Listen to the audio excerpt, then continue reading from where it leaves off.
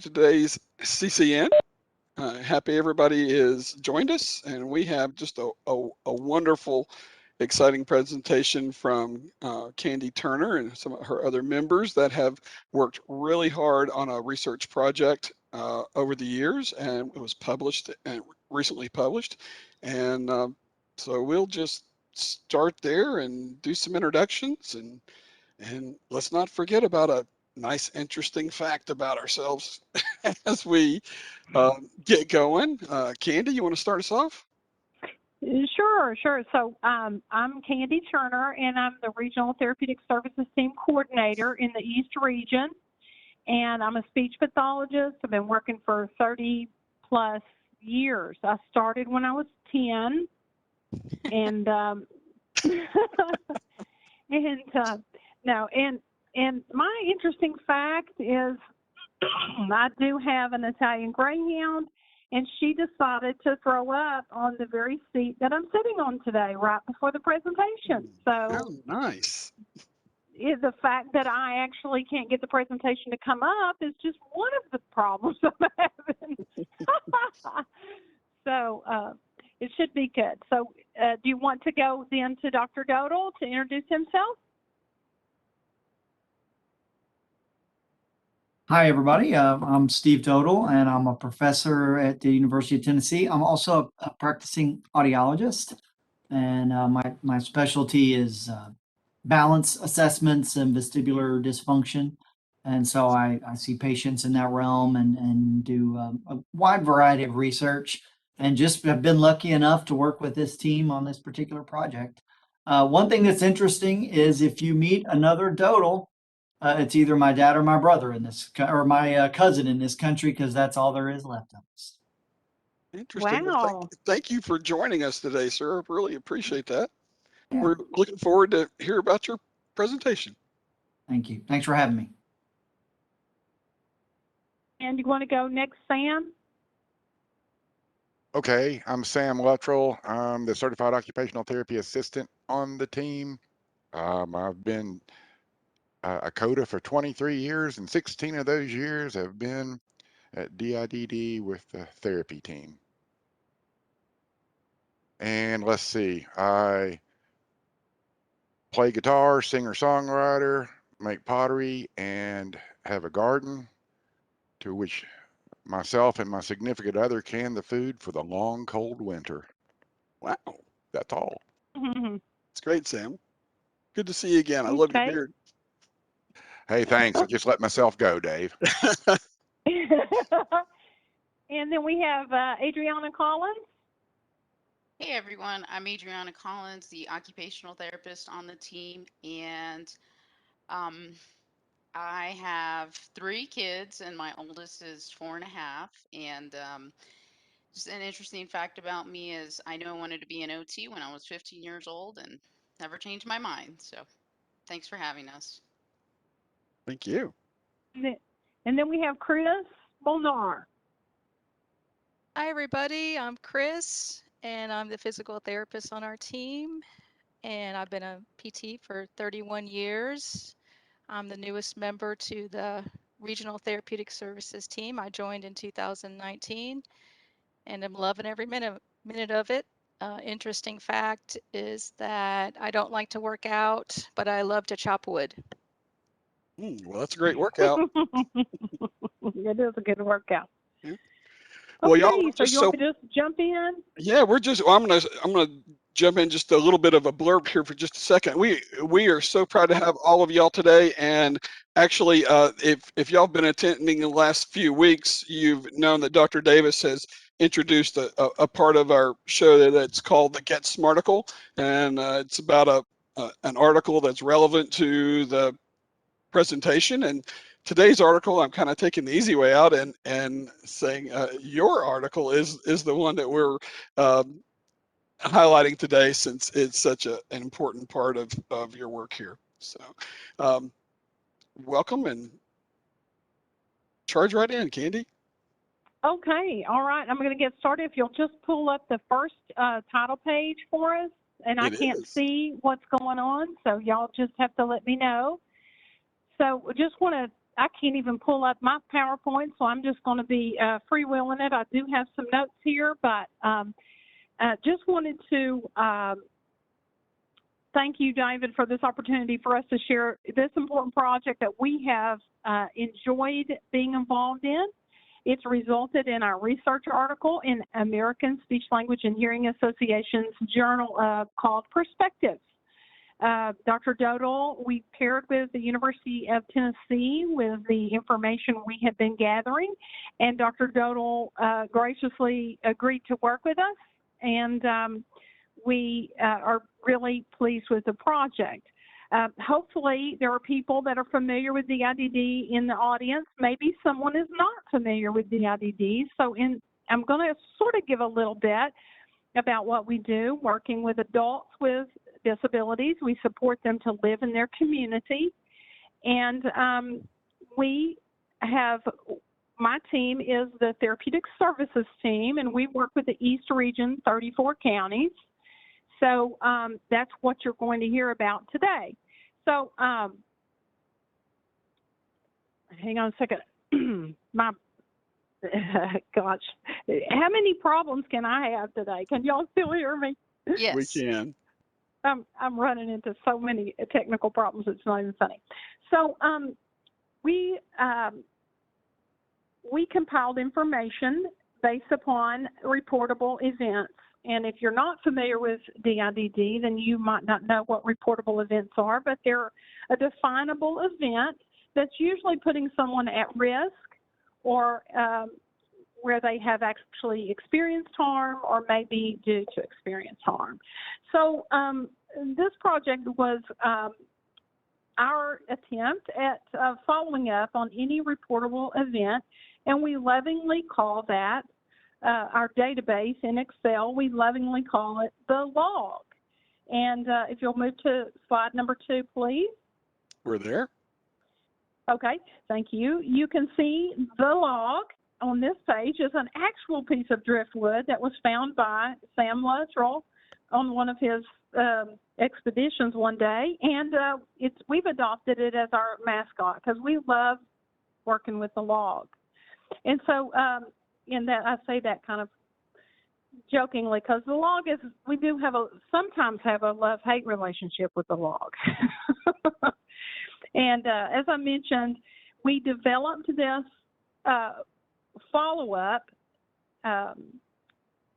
procedure for reportable events and that were assigned to us, and it allows us to compile information in an Excel spreadsheet. So currently, we were asked to follow up historically on falls and choking as a team. And we've added a few things. We've added skin breakdown and aspiration pneumonia. But for this, what we're going to be looking at today, we're going to be looking at our fall event follow-up. So we looked at 3 years for the study that you're going to be hearing about today, was from 2016 to 2018. So we really enjoyed our work here with Dr. Dodal and his colleagues from the University of Tennessee Health Science Center, and specifically the Department of Audiology and Speech Pathology. So if you will go to slide 3. So why do we work so meticulously keeping data for the event follow-up log? Here's some things we thought about. We've historically been asked to follow up on falls and choking, and like I said, we've added some other categories that I mentioned previously. We sort of have had questions in our mind. We've had questions come up as to, you know, can we help positively impact people in the 1915C waiver? We've known that we can provide guidance and help one-on-one. You know, we can also help someone's therapist to make a difference. But we started asking, could we make a difference globally or regionally, as it were, for us? And, you know, can we make a difference in the falls? And then that started making us think about, well, do we even know about fall patterns in the region? What's really happening in the region for the patterns of falls that are happening? And so we started, when we're looking at one fall, which is typically what therapists do, is we go in and look at the details. We look at one fall, but it doesn't necessarily help you understand the overall patterns in the region. So do we know about those fall patterns? So we started wondering about fall patterns. We started noticing fall patterns as we were keeping our data, and then we started analyzing those patterns. And we could analyze them for a person, for an agency, and for the region at large using our data. So what also came up for us is the paucity of fall studies, which means it's scarce. There's not that many fall studies for adults with IDD. So that spurred us on to understand some unique patterns that might emerge if we started keeping this type of data. And so we just felt that we needed more evidence-based data to share with the agencies so that they could understand and that they could try to learn how to address falls in their agency. So we started to ask, can we use the log to show that our efficacy for our training? Could our training reduce falls or injury from falls? We didn't know for sure. And it helped us to identify agencies that actually might need the training. There's something to be said about going out and training, but could we really hone our resources in on the ones who really needed the training instead of training everybody? And could we identify which training might be best for agencies' fall patterns? Maybe there's some different trainings we could do. So we noticed that fall patterns of agencies started to dictate our training approach for that agency.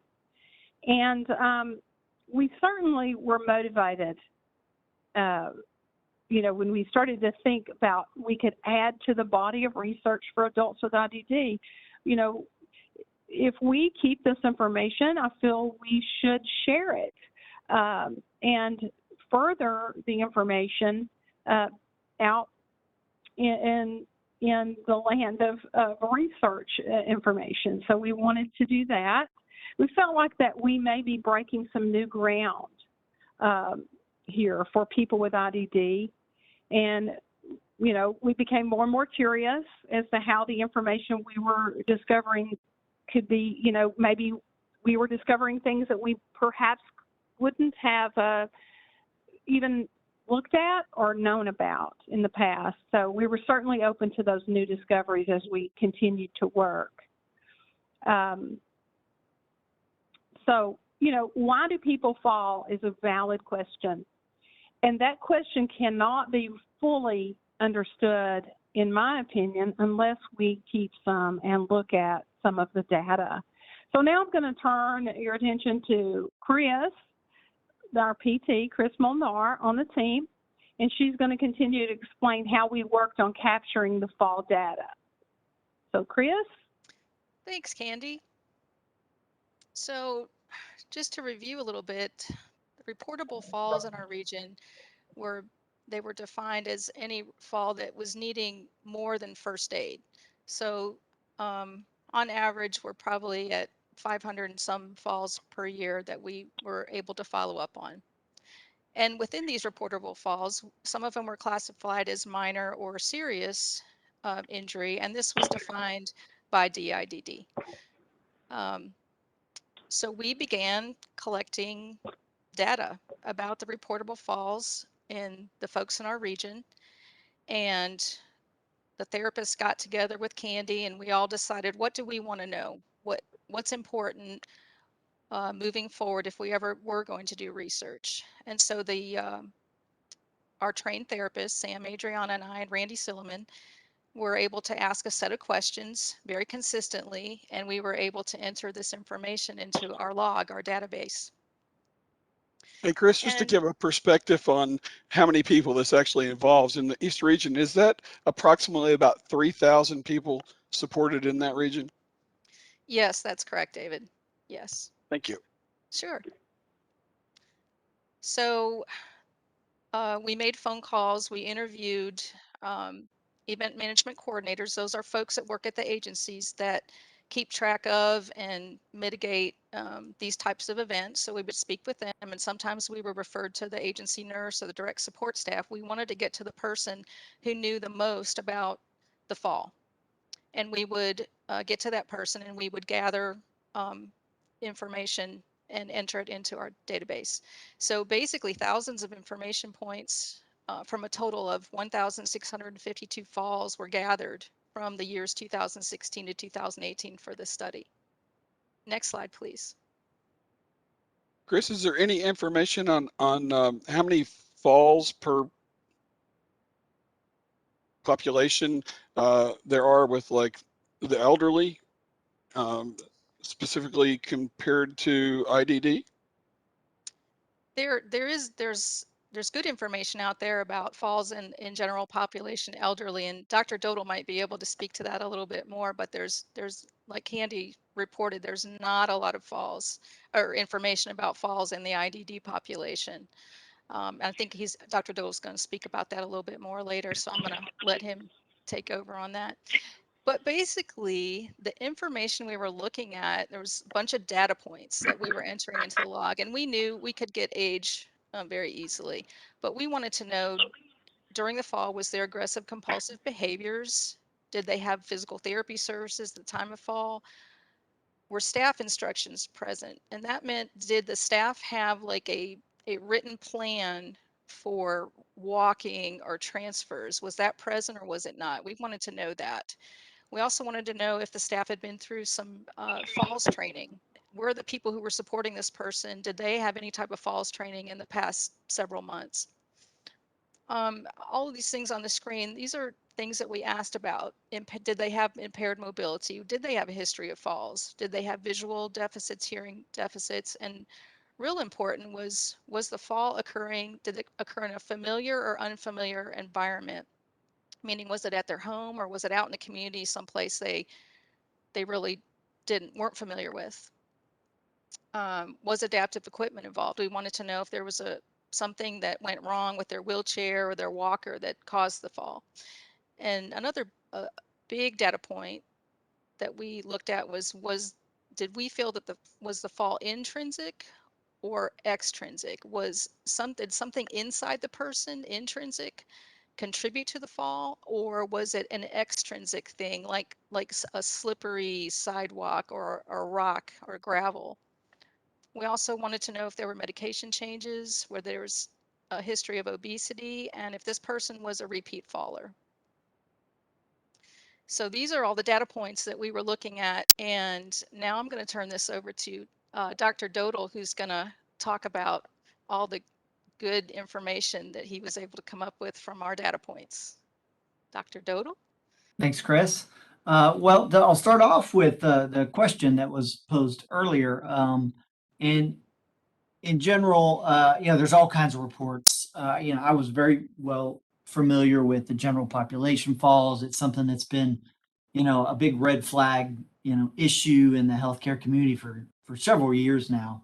And several studies report different ones, but one of the more recent studies reported a fall rate around 28 to 29% in the general population.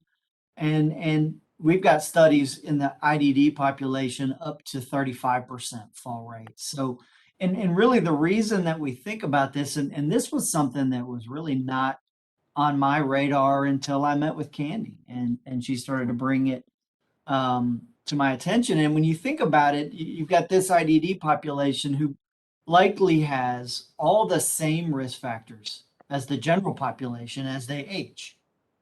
And then you add additional risk factors that would not be present. So it's not surprising that I think there's a higher fall rate there, and even possibly a higher fall rate with serious injury due to these factors. So it was, as a researcher, I always find the hardest thing to do is design a study and then recruit people to be part of it. So when Candy and I met for the first time and she said, "Oh, by the way, I have thousands and thousands of data points that you could look at if you wanted to. I was excited on many levels. I think falls are a huge health risk. I think this population has not, had the attention it deserves for this particular um, issue. And then also it's unique. So, it was a perfect opportunity to dive into a kind of a newer realm of research for me, but also with just an incredible amount of data. And that's another part of this study that's really ended up being unique, is just the number of falls that we've been able to really assess provides a lot of strength to the findings that we ended up finding out. So when you see on here, you can see the average census, right? So right around 3,000, just like was mentioned before, for each of those years. The number of falls that were reportable, the number of injuries that were noted, and then serious injury was even separated out there. One of the interesting parts when we got all this data is, the folks at DIDD de-identified all the information so that, all I got was numbers to protect their health information. And then it took myself and a couple of lab assistants weeks to code it and figure out a way to make it usable for statistics. And then we had to take it to the stats department and say, all right, here's what we have. What can we learn from this? And it was pretty clear from the outset that we could really learn and focus in about these serious injury rates. So what separates the people that fall and get a minor injury versus the people that fall and have a serious injury? Because obviously we don't want anybody to fall, period, but we definitely would want to avoid serious injury if it's at all possible. So we started to focus in on that, and you can see how the injuries were separated out, how they were coded in the database, and we coded through each of those as well. There were no real significant differences as far as a certain type of serious injury being more at risk. There was no significance there. But really, that wasn't what we were looking for either. What we wanted to see was these factors, these different risk factors. They're not really risk factors, these qualities of the fall, or these characteristics that were part of the fall or intrinsic to the patient or part of the overall picture of the fall. Were there any of those that really made it a higher chance of having a serious injury? And so what we used was called a chi-square analysis to look and see if the patient or if the individual was receiving PT services, did they have a higher percentage chance of a serious injury than someone who wasn't receiving PT services, for example? Did their age make a difference? Which of these factors increase the percentage chance that the fall was going to result in a serious injury? So the initial analysis identified several different factors that were, some that were obvious and we fully expected, some that were a little surprising, at least at first glance, and some of them, we expected to find something and really didn't at the first look. So of course, the first one on the list is age. Fully expected age to be there. That's one of those that's just with the general population. And of course, we expected age to play a factor. The older the individual, the higher chance they might fall with an injury. Aggressive and compulsive behaviors was significant. Patients that were receiving physical therapy services was significant. Patients with diagnosed balance deficits. I don't think that one's too surprising. And then intrinsic factors versus extrinsic, that was significant as well. Now, when you first look at this and you just say these are significant, you're not learning much yet. You just know that now you have to investigate those a little further to see what it really means. Okay, next slide. And so here's what you start to see when you look at the graphical representation. So when we look at age in years, and the easiest way to evaluate what these graphs are showing you is the closer together the gray and the orange are, the higher risk of serious injury. So the gray represents serious injuries, how many incidences we had, and the orange represents the non-serious injuries.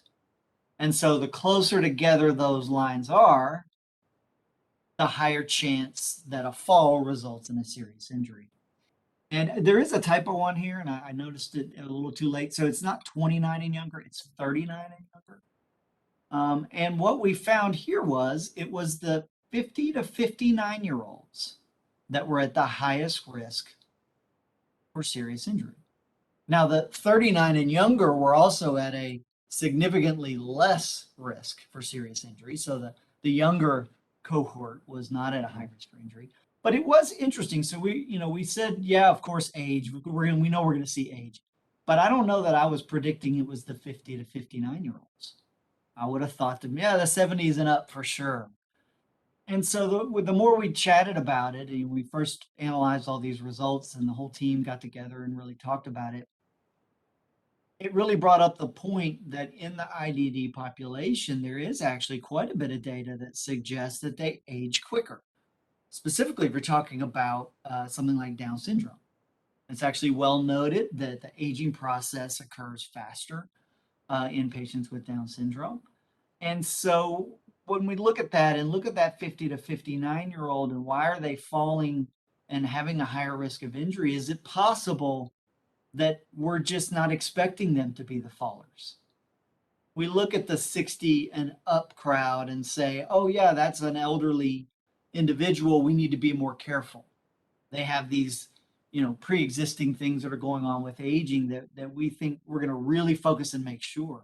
And maybe as a population, we're not paying enough attention to the younger cohort there that really, for all intents and purposes is 50 to 59 years, but compared to the general population, may be more like the 60 and 70 and up population. And we think that plays a little bit of a role as far as that goes. And I think that's kind of a theme that we start to see in all this data is that what some of the things that you think are not really as important in helping with the falls, and then there's these not so obvious characteristics that now when you start paying attention and you really think about it from a different perspective, it makes sense, and then that's where you can start to make an impact in the future. So PT services, I remember when I first looked at that data, I thought, well, why would the ones that are in PT, I mean, that they should be getting the help they need. But the reality is if you're in PT, then you probably have a severe dysfunction. And when we really looked at that, those are the patients, most of them were also diagnosed with a balance deficit. So then you say, well, yeah, actually, that does make sense. They already have a diagnosed condition that they're receiving PT services for, whether that's a balance deficit or orthopedic problem, that really may increase their chances because they've already got underlying dysfunction there. Aggressive and compulsive behaviors was kind of interesting in that we actually saw kind of some opposite movement in the numbers there a little bit. There was actually a smaller percentage of people with aggressive and compulsive behaviors, at least at first glance, that they had a lower rate of serious injury. We'll follow up on that one in a moment. This is just the first look. We do a deeper dive in a few more slides here, and that makes a little more sense as we go along there. Okay, next slide. Here's our balance deficits, and of course, it was the residents with balance deficits, of course, had a higher chance of serious injury. And then what we noted with the intrinsic versus extrinsic was the extrinsic factors alone did not increase the risk. It was intrinsic, a combination of both, or in some cases, there wasn't a specific code there. And again, it kind of, at first it's a little surprising. I would have thought extrinsic would have played a role. You think about that in the general population all the time. It's one of the bigger things that they talk about is if you've got a patient who's, high risk for falls, you got to get rid of the rugs, you got to get rid of the end tables, all the things in their environment that you can trip and fall over and those types of things. And in this case, it really wasn't that. It was really focused on the individual themselves and things that may be unique to them that is increasing their risk. Okay, next slide. So what we started to do with the data was this called decision tree analysis. And basically what that means is you say, all right, if there's this characteristic and it breaks down into two sections, yes or no. So in this instance, PT services, the individuals that were receiving care get broken down, and the ones that weren't get broken into another category. And then you reanalyze all those factors again. And you start to look at, well, there might be multiple factors involved or a combination effect where maybe at first look, a factor is not significant, but then when you add in a second or even a third factor, it does make a little bit of a difference. And so here's what you see for PT services, breaking those groups apart. You've got the amount of falls that were involved that did not have an individual with PT was around 1,445. And for the ones that were involved with PT services, there were 207. And then we take each of these groups and analyze again. Next slide, please. So for the group that was receiving PT services, you can see the percentages here. So serious injury was 39% of the falls. Non-serious injury was 61% of the falls. When we break that down further, taking into account history of falls, then you see some changes in the numbers. If there was a history of falls, the number basically stayed the same, 35%. If there was no history of falls, the number goes up to 52%, pretty significantly. That's a big jump. And here we are again with that almost backwards thinking. If there's a history of falls, we're probably paying a lot of attention to that individual, knowing they've had so many falls. Many precautions are there. It's the surprise fall that gets us. It's that first fall where we weren't ready for it, or it's a situation where maybe we weren't quite prepared for that individual to fall, and it increases the risk there. Now, if you take into account environment, so history of falls in the group with PT services did not increase the risk. But then if you go into an unfamiliar environment down at the bottom here, you take that individual who's in PT with a history of falls and you put them in an unfamiliar environment, the number jumps to 53%. So here's where you're starting to see that myriad of characteristics combining to create an effect. I mean, to me, that's probably one of the hardest ones for any type of provider or agency to identify, is there's many factors going on here. And seeing how all that plays makes it really kind of opens your eyes to the things that are going to have an effect. So then when you look back and you say, well, how can we intervene? Well, now you're starting to identify these spots where the intervention maybe is going to have the biggest effect. Next slide, please. For the falls that there were no PT services involved, so now you're really looking at folks who maybe don't have an underlying balance deficit or orthopedic issue that's going on there. And that really is the vast majority of the folks that were logged here. Then you start to see aggressive and compulsive behaviors come back online. Again, we do see that there's maybe a lower percentage of serious injury there in that population. And again, I think likely that has to do with the fact that we're paying a lot of attention for individuals that have that documented and well known to the people around them, that we're really focusing in on that. Now, you take that individual with the aggressive compulsive behaviors, and if they have a visual deficit as well, the number jumps up pretty fast again. So it's not a story where it's yes or no in every instance. There's still going to be a factor where aggressive and compulsive behaviors can increase your chance of serious injury, and it's in a case of visual deficits. Now, one thing you do have to be a little careful about, by the time we got down there, you see the N is pretty small. So those are some smaller numbers, maybe not quite as strong of a finding, but I do think it still shows us the multiple factors really start to combine to create something. Now, in the group that does not have aggressive and compulsive behaviors, we then again found that intrinsic factors played a really big role.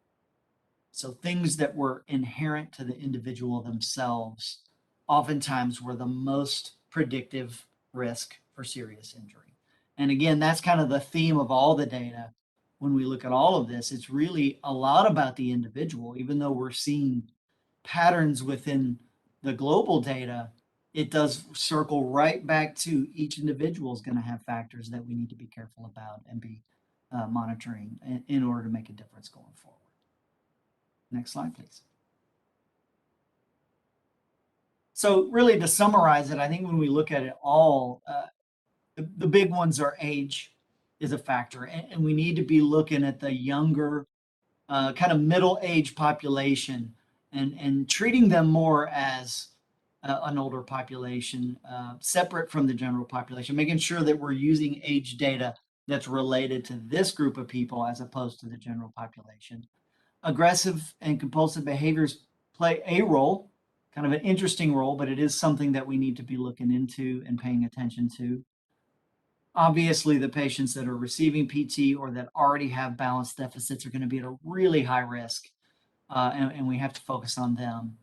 And then intrinsic factors, things that are unique to the individual, are going to be something that is going to be one of the biggest things. So individualized responses really are going to be the probably the most important factor. And then keying in on some of these very specific factors that are there. And then obviously there it is again, 29, but 39 years and younger, they're at less risk. So that's a population where obviously we're still worried. We still need to think individually in those cases, but it is something where the risk is definitely a lot less there. Next slide, please. And then of course the multitude of, when you start to combine factors, and even though, this is the significant data that came out, I would say, I'm a clinician and a researcher both. So I feel like all day long, I think about research and then I think about the individual, and they're not the same. And the research can tell you one thing and individuals are different. But it's the marriage of those two things that really is the best place. And I think that's even more than just the specifics here. I think we have to think about the combination of factors that really can put these individuals at risk for serious injury. And we identified some very specific patterns here. But I think, again, when you individualize it, you could probably see some patterns on individuals that didn't show up as significant in our data, but still would be quite important for that individual. Okay, next slide. So from here, I'm going to pass the slides along and let the folks at DID talk about what it really means. Since I talked about, I got to do all the graphs and charts. My favorite part. I will pass along. All right, so what does this mean?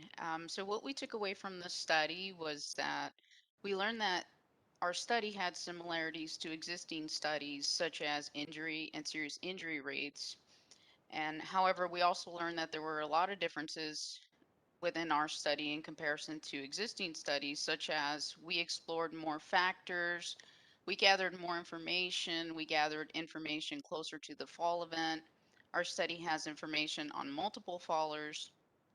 We applied information as a group and not individually, although we can look at our log individually, and we often do this.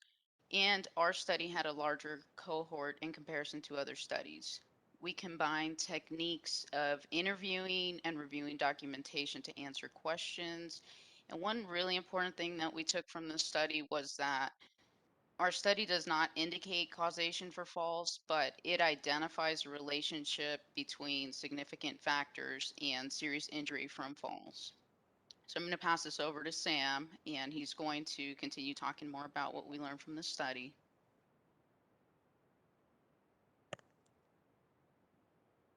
And next slide, please.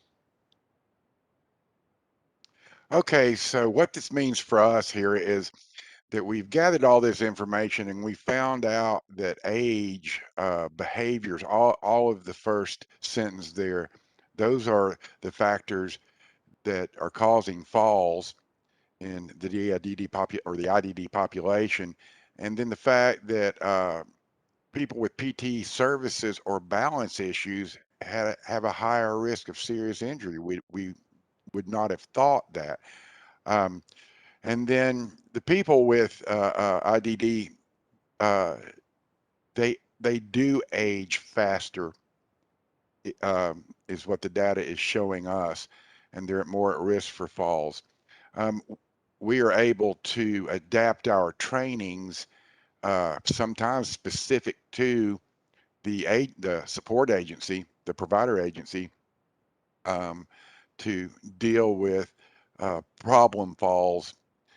We're still able to get the new information into our PowerPoints as we get new information, but we can fine tune it to the particular provider agency. Um, and then, like I said, we update our trainings regularly.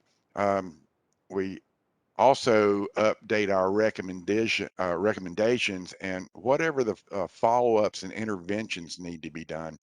Um, for instance, if we have a non-reportable fall, um, we can study it, offer recommendations, uh, uh, and hopefully prevent the next serious injury fall.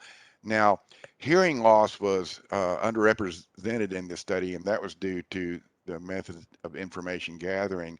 But we have learned that hearing loss does affect balance, and that will hopefully one day be another paper. Okay, Candy, I'm turning it over to you.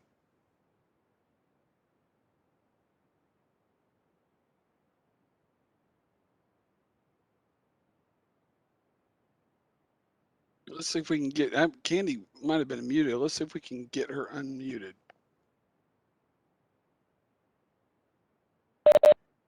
Should just have to press *6 on our phone to unmute.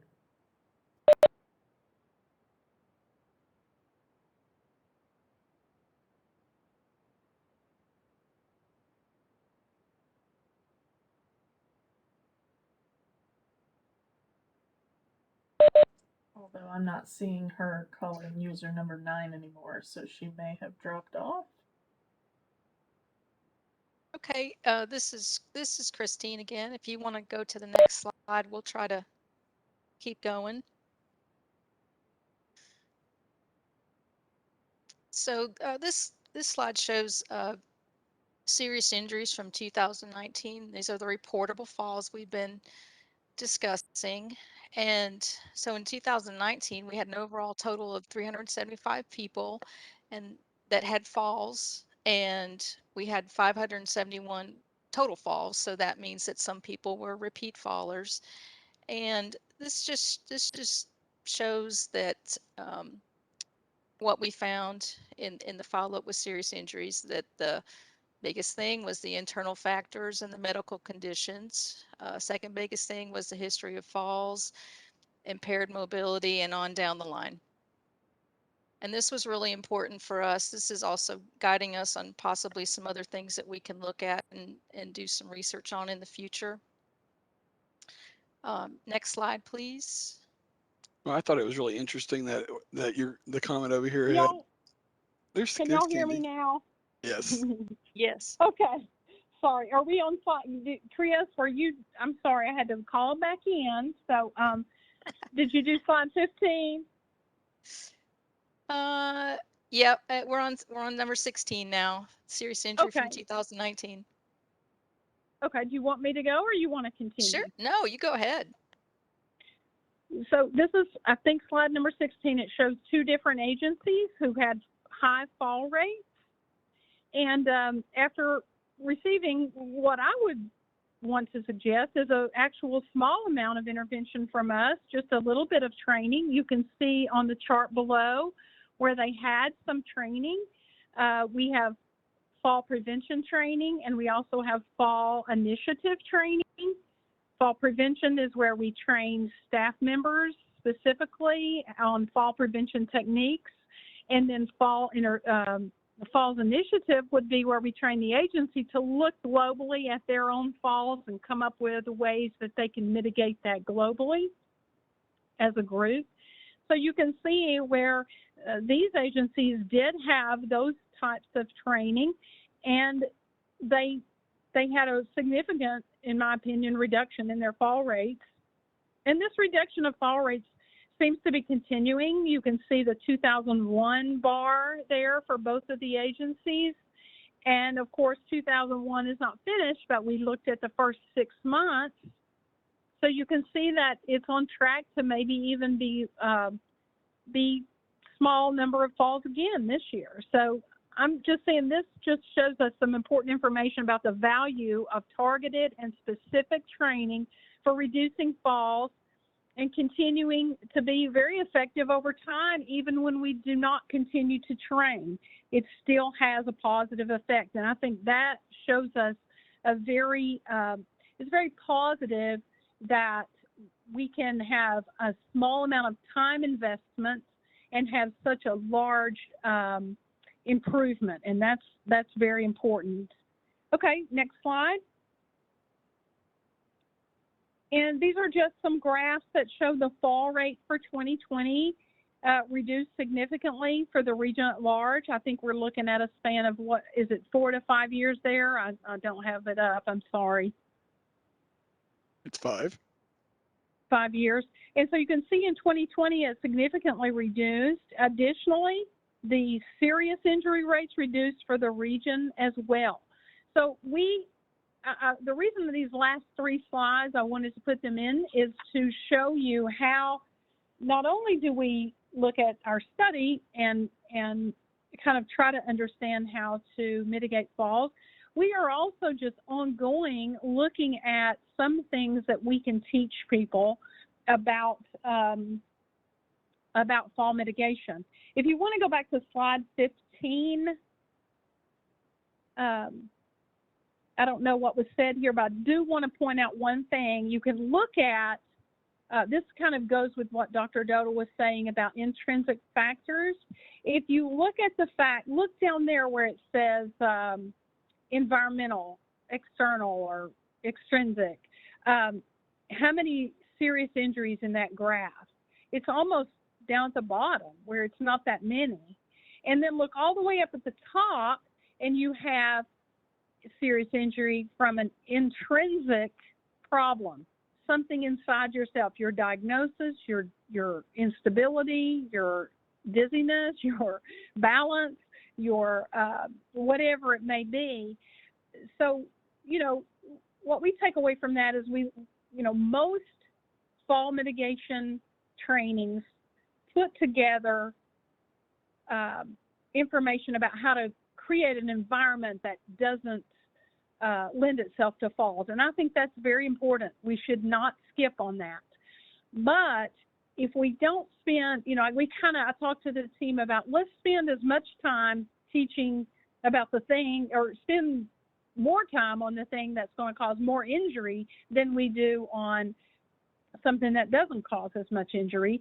And if you look at a lot of fall mitigation trainings that are out there in the public, most of them talk about more about environmental engineering than they do about the person themselves. So it's kind of important for us to show this. This is an actual slide from that we added to our trainings to enhance how to teach someone about what is causing people the most injury. So anyway, I think that's all we have, and maybe if there are some questions. Candy, I don't And have. if you, I want to let you know that the mascot log there is a piece of aged cedar, if anybody wanted to know that. The mascot log is very important to us. Well, Candy, we pass it around to each other. I didn't have a specific question, but I did want to make a point. I really appreciate y'all coming on and explaining all this today, and just the breaking down the information is tremendous. But what I wanted to convey to everybody that's listening is I was fortunate to to know firsthand exactly what y'all were doing for all this time, and the amount of work that y'all put into this data is just enormous and mind-boggling. All the little things that y'all tracked and for so long, and it is just really impressive that y'all were able to gather this information out of all that. Thank you, David. I appreciate that, and I appreciate, you know, it was a labor of love for us, I'm going to say, for our team, and we also, it wouldn't have really come to fruition unless we had the connection with the University of Tennessee and Dr. Dodal and his colleagues. Honestly, we appreciate you so much, Dr. Dodal, for bringing this information, you know, scientifically forward. I think is very important and something we couldn't do on our own. Well, it was a pleasure to do it, and you guys did all the work. I'm not going to take hardly any credit at all. They did all the work, and I just formatted it, you know, at some point. But it was an incredible amount of work. I could tell even just when they sent me the data alone, the spreadsheet. My goodness, I can't imagine the hours that went into that. Candy, this is Mary in West. Can you hear me? Yes, I can. Okay, it was an excellent presentation, and I agree that the intrinsic factors are far worse than picking up a wire out of the floor with the hypotension and seizure disorder and such. Can you tell me a little bit more about the work that you did with the agencies? When you went in with the agencies prior to that, can you speak a little bit about that? Well, one thing that comes to mind when you ask about the agencies is we come up with a look at each one of these factors for the agency, and we see which factors are sort of raising their head for that agency compared to the region at large. And that's what we do is we'll run the numbers for the region, and then we run the numbers for that agency, and we start seeing where they are showing up is something's wrong here. We had an agency who had difficulty with their medical, you know, on QA survey, they would not score well on their domain 5, and lo and behold, there were some medical issues that were showing up in their fall rate. So I don't think that answers your question. Yeah, that's good. Did they, when you worked with the agency, did you have them select members to like come up with a fall committee, or that you were going to personally work with, or? With fall, you're talking about our fall initiative program that we have. That's more of the global look. We sort of guide them through what they would like to do. We have them identify the people in their agency that are at risk. We talk to them about, we ask them to bring the administrative staff and anyone in their event management team. And then we talk to them about a lot of things, the concepts of what is a fall and how do you define it, and what are your policies and procedures around that, and how do you guys do that. And then we help them look at an ISP and come up with when you read this ISP, what are some things that stick out to you that make you think this person might be a fall risk. And, you know, we try to help them understand diagnoses to look at and all kinds of things. We help them. We also help them to develop a fall prevention plan. So we want them to come up with a fall prevention plan specific to a person, but also a fall prevention plan for their agency as a whole. What's your fall prevention plan for your agency, and what are some of your fall prevention goals? We try to help them see what their current fall rate and injury rate is, and then say, what's a realistic goal for you guys? You know, because, you know, an agency might say, well, we don't want any falls. Well, that's great, but it's not realistic of a goal, you know. So we try to help them. We have a whole seminar, and it can run, Adriana and Chris, or you guys teach that class. So it sort of flows in a way, and we let the agency help guide that flow, I think. And then they come up with what they need as an agency to get, we kind of come up with it together. We troubleshoot it. Am I depicting Yeah, that correctly, that's perfect. Adriana? That's perfect. Thank you, guys. That was a great presentation. Very good. Thank And you. I wanted to add congratulations to y'all for your hard work and your publication of this work. And that is truly a great thing.